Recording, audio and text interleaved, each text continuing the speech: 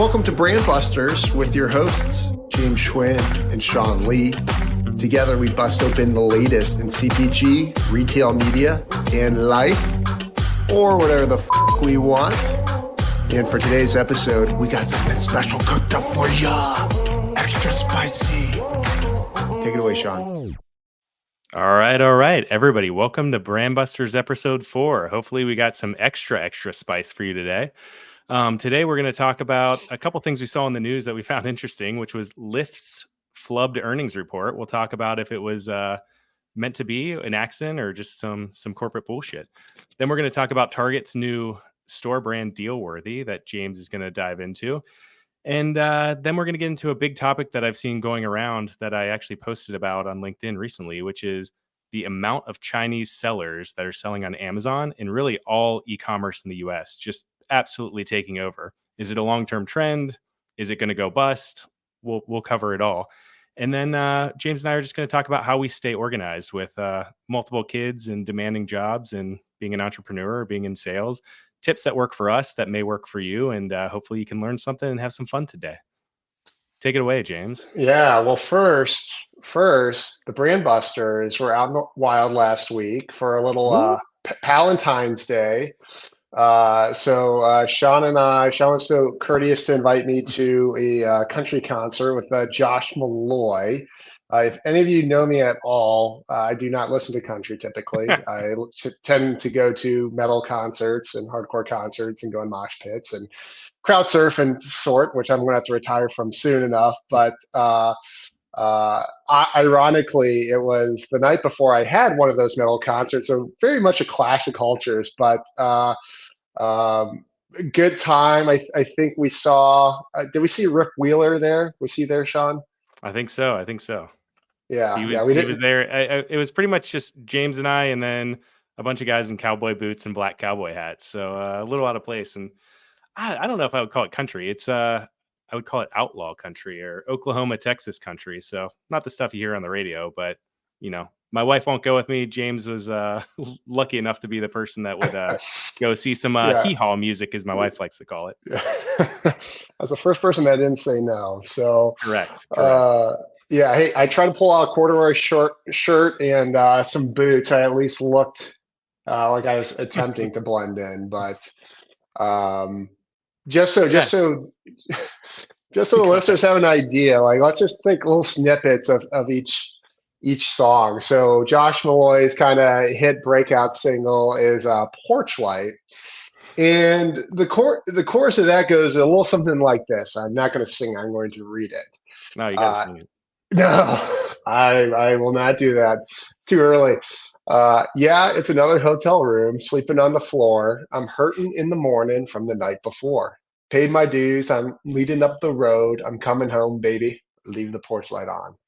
Nice, relatable. Yeah. Nice, like drink a beer song too. Sounds like I'm around a campfire. Even though I live in suburban Cincinnati, you'd think I'd live in Montana by listening to this. No tractors, no She Broke My Heart, no blue jeans. So that I think the outlaw country does break away from pop country. Now, shifting gears, Silent Planet's top stream song is called Antimatter, and it goes something like this: Aftermath. Broken promises collapse, bodies lay like shattered glass. Hold the pieces, feel how nothing ever lasts. With tunnel vision fading in, how I've thirsted for the end. Pull me closer till I'm over my head. We are broken bodies bound for each other. In the impact, we become antimatter. Yeah.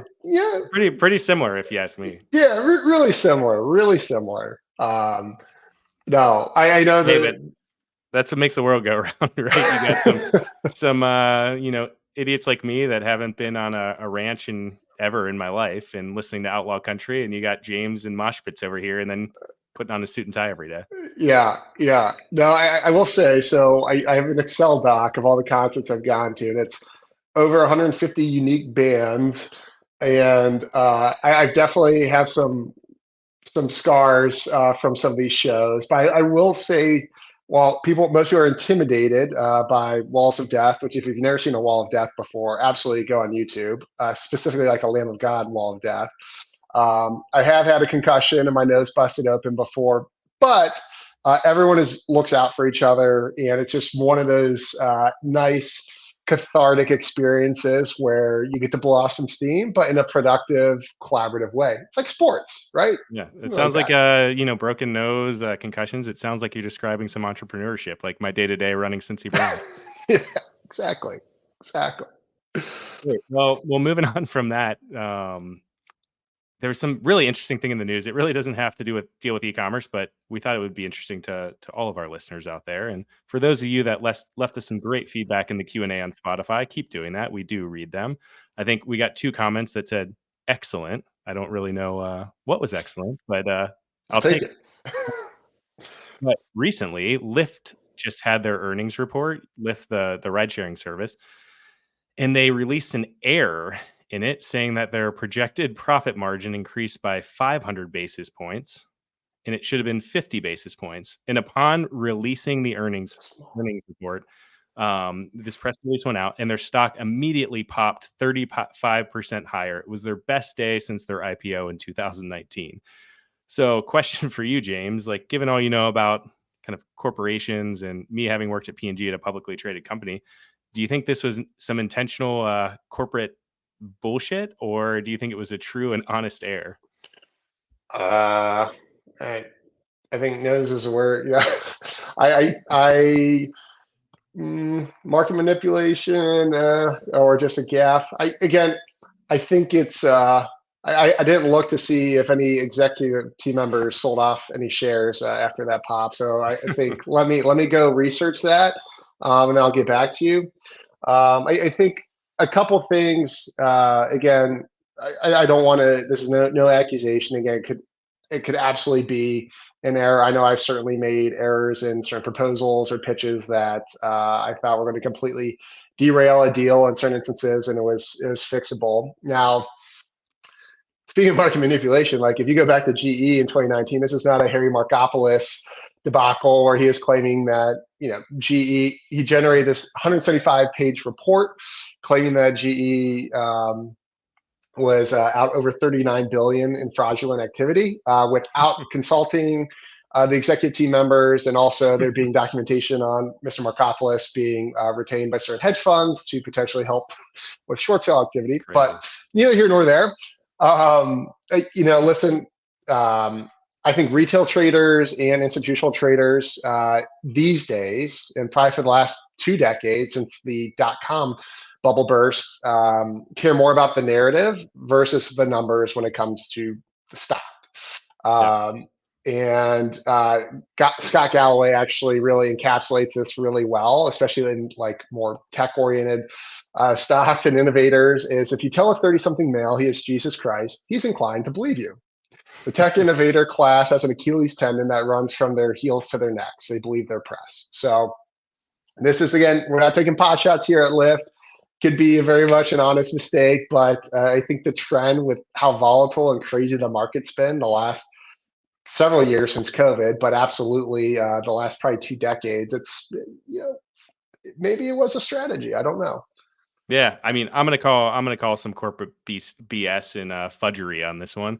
I think Spicy. having worked at P&G and having really even small companies, like a press release doesn't get released without at least probably 5 to 10 people reviewing it. So somebody catches that number. Again, may or may not have been completely intentional. Maybe everybody missed it, but somebody should have saw it. Those things get reviewed by the PR firm, by the person that wrote it, by the CEO. Somebody's looking at that thing and probably you know, wink and a nudge, just let it go out the door. The stock popped 35% when they in all the algorithms that kind of trade on these immediate pops of news, you know, that's what took it up. When they announced the correction, it only came back down 15 of that 35%. So the stock was still up 20%. And 500 basis points over 50 is a pretty damn big jump. So they still netted probably a lot better than where they would have been if they just said 50 basis points. And I do realize I feel like basis points, like why don't I just call it like 0.5% and 5%? But you get the deal. So I'm gonna say some BS. We'll never Yeah. know, but it's an interesting strategy for a stock that nobody's really been talking about for a very And long time. Yeah, and we can't make it 2 weeks in a row without talking about Taylor Swift. So Which as happens to be my personal favorite, right? I went to the concert. James is going to death metal concerts, and I had like 50-yard line tickets to Taylor Swift. We're just not the same musically. no, but we complement each other very well, right? Um, Exactly. so they did with that 35% growth. Lyft actually cited and gave some credit to Taylor Swift because of the massive tour across the country and the bump there, along with other stadium events like Beyonce, U.S. Open, and football games. Absolutely. And I think the larger narrative is here is while Lyft is on the right trajectory, they still only control 30% market share in the ride sharing apps. So Uber absolutely has the pole position here with over 70%. Lyft is going to continue to kind of try to chip away. Sounds great. Well, we'll move on from Lyft. Maybe we can get ourselves a lift to another topic here. Oh, I see what you did there. Zinger, zinger, zinger. Interesting phenomena. Target just had a big announcement, James, where they are launching a value brand called Dealworthy that incorporates their Target logo that's really going after the value tier shopper and trying to get them back in the door at Target, given that, inflation's high, people are more conscious of money, everyone fears a recession. What do you think? Is this going to be a boom or bust for Target going after the value shopper that they haven't really went after in probably the past decade? Uh, Too early to tell, but I'm going to go boom on this, and I'm going to tell you why. One, it's too early to tell because products just started rolling out to stores last week and are going to continue to do so into early 2025. So we got to see this through. They're going to span categories of beauty, personal care, electronics, and apparel and home. And we're talking real entry level. So when we're talking about bargain buyer, we're talking average sales price of $1 to $10, which is projected to be 50% lower than competing brands. So this will be interesting if my question is this more of a retention play for your existing consumer base to kind of drive AOV and kind of just throw in and drive kind of the basket size up, or is this more of a customer attraction strategy? And it's probably both. If you look at comparatively their other private label brands, Smartly, they actually just kicked off a major expansion and reformulation initiative. So they discontinued Smartly, but for Up and Up, they actually just kicked off this major expansion, and it's going to cover 40% or 2,000 products of that portfolio. And Up and Up is, you guessed it, a step up in price point at $10 to $15. So now you have Sounds right. deal worthy 1 to 10. You have Up and Up 10 to 15. In private label, which I had no idea, Sean, is big business for Target. Up and Up, Every kind. Think of Kroger. Everyone. It is a freaking massive behemoth of a business. it's 3 billion with the B dollars just Up and Up alone for Yeah. Target in their total private label business. Total, if we're going for that final, if we're peeling back the onion, going for the last petal on the blooming onion, now I want Outback. We're talking 30 billion annually just for Target private label Insane. business. I bet a Over lot of that's I bet a lot of that's clothing too, which makes a ton of sense. But that is massive.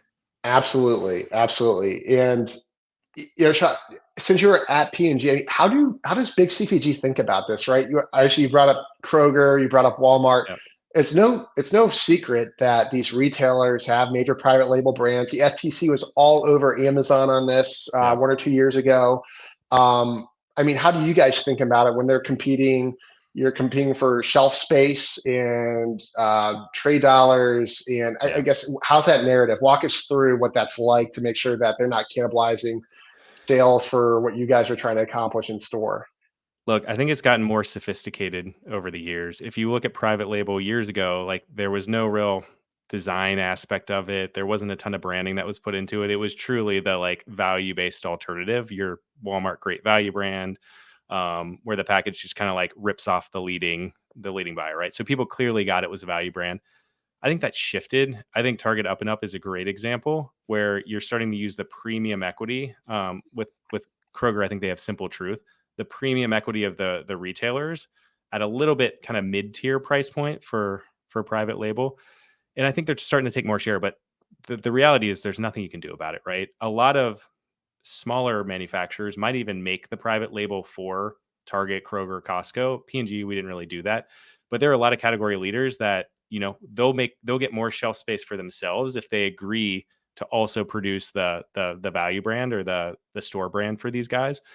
So I think it's something you just got to deal with, and you got to hope that, I mean, for the past 150 years, probably even longer, we just don't have a lot of data on it, that consumers buy brands, right? Like we buy into the feeling, the identity, the intangible stuff of the brand, and we buy into superior products. Store brands are always going to be that value choice. They're not going to be the branded choice. I think it makes brand owners be more conscious of their price point, the value that they're providing, that the consumer is getting a very superior experience when they buy the product. All those things, can't go away, but I think value brands and private label will continue to take market share. I think the other piece is, when I was at P&G back in kind of the last big recession, when the housing collapsed in 2008 to 2010, P&G had positioned itself into premium and super premium. So we didn't have value brands or mid-tier brands in our roster. Our entire portfolio was on the premium and super premium side of things. And we were crushed. Our stock price, our earnings, everything was crushed from about 2010 to 2016, 17, 18, because we didn't have that breadth of portfolio.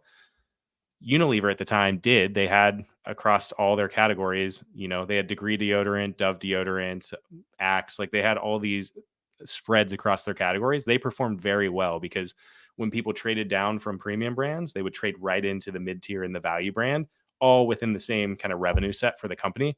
We didn't have that. I think P&G still errs on the premium side, but they've gotten a little bit better. And I think if I were to look at this, Target launched Dealworthy because they've always focused on the 100K plus household. They're the Target and the Walmart shopper really don't overlap that much, but with inflation, with everything else, 100K households are still starting to pull back and trade down to value brands. Everyone's a little bit more conscious. I think that's a big problem for Target's growth. If you look at Target's growth over the past year, they're down 4.5% year over year in revenue, while Walmart is up 4% on a much bigger number. So Target did 109 billion in revenue last year over the last 12 months, and they're down 4%. Walmart did 638 billion in revenue, and they're up 4%. So 4% on that is probably like 25% of Target's total revenue. So maybe not that much, but it's pretty significant. So this to me feels like Target got caught in that thing that P&G got caught into, where they didn't have any value play. Now they're trying to back into it, and it's going to take 4 or 5, 10 years to see if they can get people to catch up and come into the store and break that, hey, we're premium and we're only for 100K plus household mentality. I don't know if they're going to be able to do it. I think you called boom. I think I'm going to call bust that the Target shopper is the Target shopper. I don't know if they're going to trade down to Dealworthy. I think they trade down to up and up, but I think it's a completely different shopper. Unless they can get the Walmart shopper and the dollar store shopper into the store and be net new like foot traffic, I don't know. We'll have to see how it goes. But I think the other products that Target sells on the shelf is probably too big of a stretch for the Walmart, the dollar store shopper to come in. And, everyone has the joke, you walk in the Target, or your wife or significant other walks in the Target and they walk out with a $300 bill and you don't know what happened. You have like 12 items in your cart. Yeah. Yeah. And I think to your point, Sean, with the 100K household, I mean, the median US household income is 75,000, right? So I think you're either they've either neglected or abandoned a certain subset of consumers, or the reality is some consumers are going to be like shifting their spend. So even those that are above 100K, it's like, does everything need to be premium, or Right. do they have their certain staples or their brand affinity that they are non-negotiable that they're going to Yeah. stick with, but for their trash bags or their hand soap, Yeah. do they trade Do they down care? to save some points there? And So we I and see we some. saw that we had tons of data at P&G that said in inflation and recessionary environments, 100, 200K households still traded down. Even if they didn't have a money problem, it was more of a like a cultural psychological thing that they would trade down just because they perceived that times might get tough. And I think that's probably happening right now at Target. Yeah, yeah, So yeah, I'm gonna call a bust on it. I think Dealworthy will probably go the way of the other brand that store brand that you had mentioned from them. I bet in 5 years this thing doesn't exist. They're doubling down on up and up, and they'll get back to, we'll come through this tough economic time and they'll be doubling down on $10, $12, $15 deodorants again, like they do with all the other new brands that they launch in the store.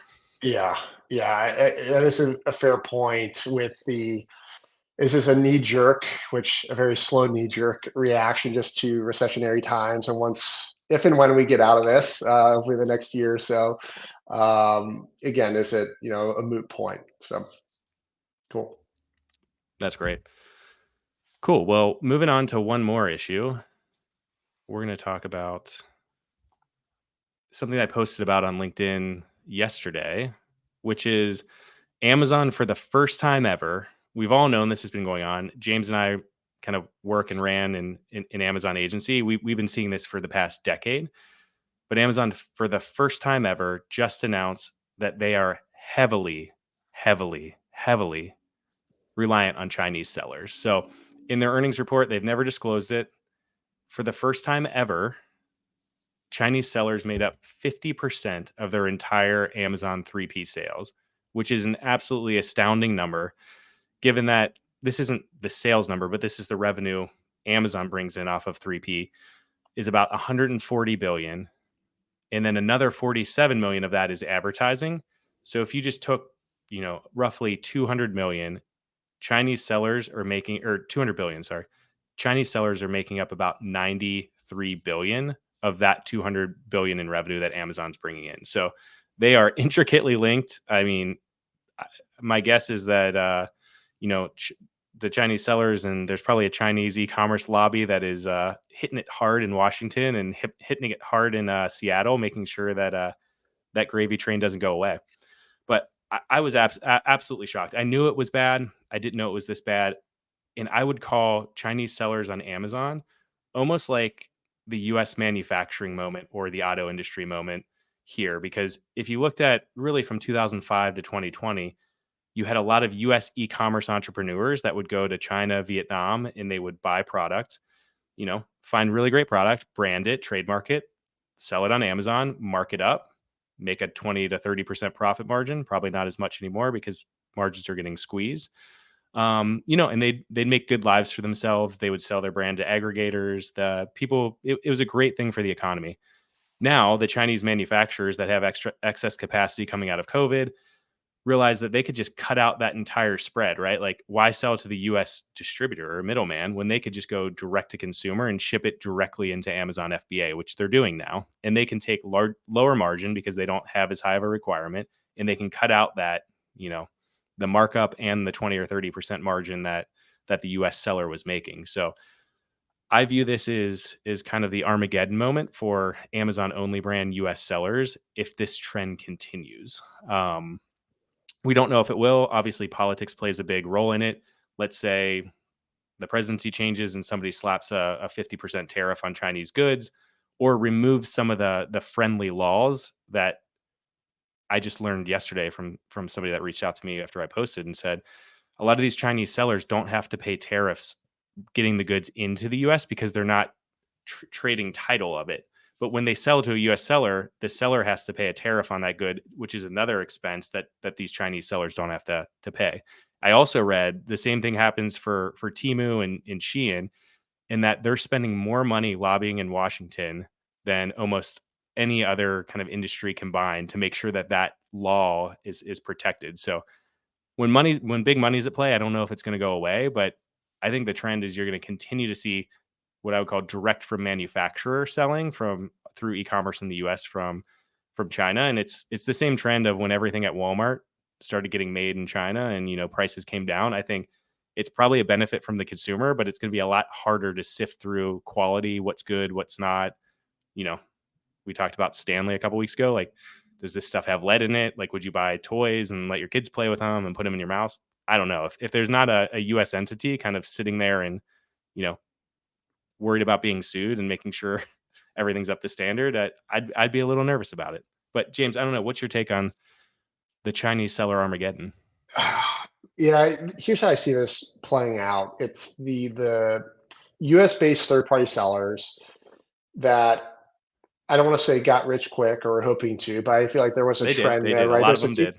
there's a few people that kind of create that lifestyle business. It wasn't super competitive. The platform wasn't as sophisticated as it is now.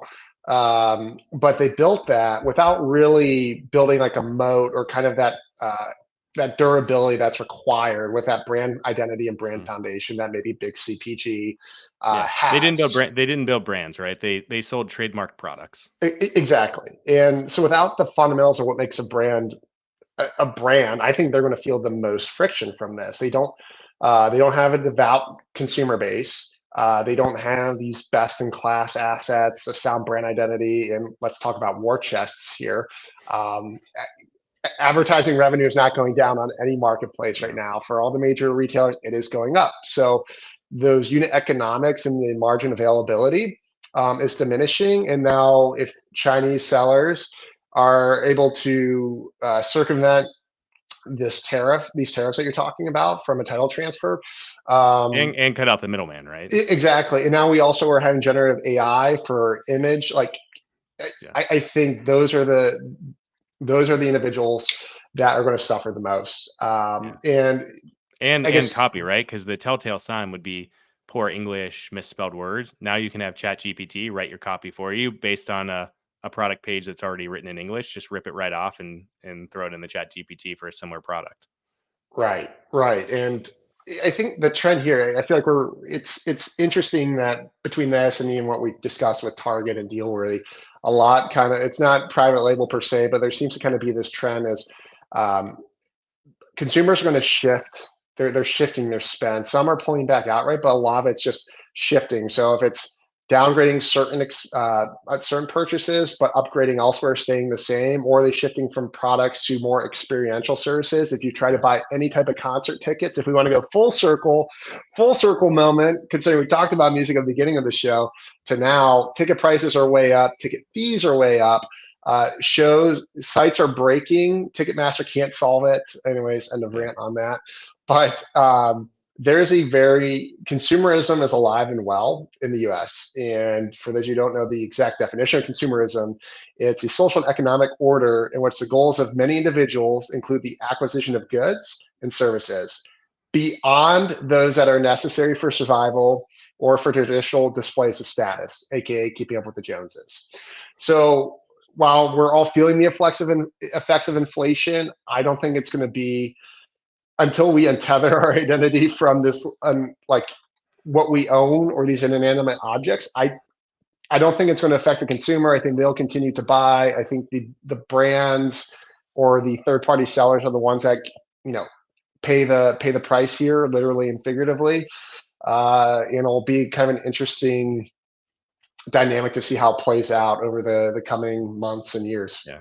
I think both of it goes back to consumers want stuff as cheaply as possible. Inflation's happening. Target's launching Dealworthy to fill that consumer need. They want goods as cheap as possible to meet whatever need they're looking for. I think Temu, Shein, or Chinese sellers on Amazon fill the exact same need, right? You can buy things there for 40% of what you would buy at Walmart or in a store because it's coming direct from the factory in China. And the only reason that market exists and is growing is because people are valuing kind of value or lower cash outlay over, quality in some of the branded products. And I think that may shift as consumers shift back to premium brands in the future. But right now, value seems to be king, and Chinese sellers are capitalizing on it. Target's trying to capitalize on it, and I think you'll see a lot of others kind of go that route as well. Yeah, what do we always say? The three-legged stool of like speed, quality, price. So Hmm. clearly, speed is necessary in this need it now society, and then price and or value. So that's kind of that's where we're at. Agree. All right, so we'll end on a non-news story. So this is just more James with work and life. I mean, I've got 3 kids. From 6 a.m. I'm going to the gym and packing lunches and dropping kids off at school to when I get home, I'm eating dinner and putting kids down to bed until 9 o'clock every night. How do you stay organized throughout the day? Everyone's got a lot going on. You do, I do, most of our listeners do. Like, what tips, tactics, and tools do you use to keep it all together and not drop balls that are being juggled in the air? Yeah, I think the big thing is you have to have mechanisms and routine in place because chaos is a given, suffering is a given, and you have to make sure that if your tank is full. So first thing I do, I try to get up between 5:30 and 6 before my kids start running in at 6:15 to 6:30. I'll actually pray, journal, and read for a little bit. Make sure not look at my phone. Just kind of tend to like my headspace and make sure I'm kind of really set up for the day. And then from there, my boys, we really try to like do breakfast together, get them ready, and we want to really focus on having a good launch and a good land for the day. So I want to make sure I'm setting them off, which isn't always possible, right? Kids have meltdowns; they don't want to go to Yeah. school. Like I don't want to paint this picture that's perfect when sometimes it's just chaos. But what I find is when I take that extra time to kind of tend to my tank, I can now then pour from a fuller cup, and give that to them and set them up for their day. Once I drop them off for school, gym, non-negotiable. That gets me any like the stress and everything kind of worked out. My mind is more active, and then I can hit the desk from there, and really focus. And I really I'm in sales, and what I really look at is for my existing customer base, what is it that they need? Is there anything that needs addressed with the people that are currently paying the bills, right? They're the people we're the trusted partner. They need to make sure they're taken care of first. Who are the people that are kind of mid evaluation that have any outstanding requests? What can I do to add value to them? Not just ask, hey, just following up, but can I look at a competitor for them? Can I pull data? What can I do to really make sure that I'm inserting that deposit? And then from there, making sure, from a pipeline generation standpoint, what am I doing? What's on the event circuit? Who are brands I think would be really great partners I can go to? Closing out for the day, again, we try to do dinner at the table as best as possible each night. Sometimes, again, that's them getting up and running around multiple times. It's not a perfect dinner, but we make sure we kind of check in on each other's day. We do some wild time, which is I highly recommend doing this, especially if you have any boys. Um, we play some music, like they dance, they like wrestle, like we'll throw a football like inside because it's cold. Just try to exert all that, and then we'll calm down. Flashcards, reading, and then get them ready for bed. So I think, That's great. long story long, really focus on your launch and your land, not just for your kids, but for yourself. So that way you're not pouring from an empty cup. Because if you don't fill yours up, like you can't Yep. give them everything that you have.